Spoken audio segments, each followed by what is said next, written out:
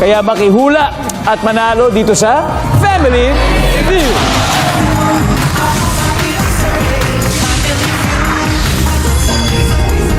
Family Feud, manghula manalo. Family Feud, sama-sama tayo.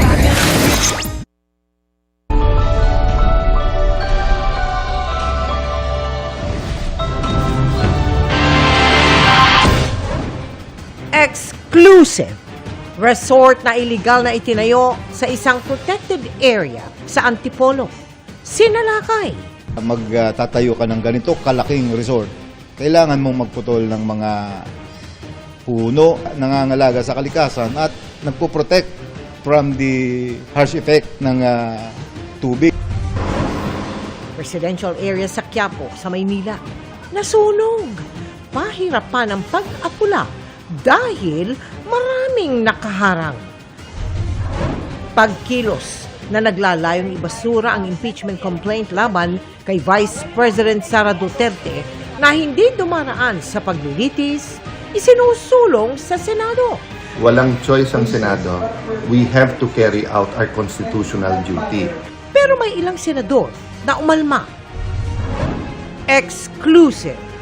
Matapos punahin ng Pangulo, napakataas na footbridge sa EDSA, Quezon City, ipagigiba na ng DOTR. Tear it down and build a better one. Mga turista sa Italy, nagpulasan sa gitna ng pagputok ng bulkang Etna. Sparkle beauty queen Michelle D. Kinagat ng alagang aso sa mukha. Kamustahin natin? At viral na mga larawan ni Kapuso star Bea Alonzo kasama ang isang kilalang businessman. Pinag-uusapan, bago na nga ba niyang boyfriend? This is Philippine culture. Live mula sa GMA Network Center, ito ang 24 Oras.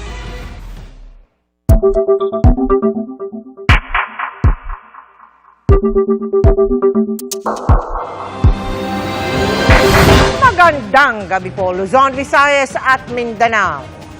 Isinusulong ngayon sa Senado ang isang draft resolution para ipabasura ang impeachment complaint laban kay Vice President Sara Duterte kahit hindi dumaraan sa paglilitis. Ang nasa likod nito, ang kaalyado ng mga Duterte na si Senador Bato de la Rosa. Pero umaalma dito ang ilang senador.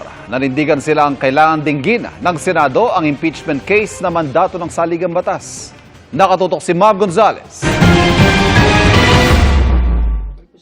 Sa draft resolution na kumalat sa Senado, ipinapabasura ang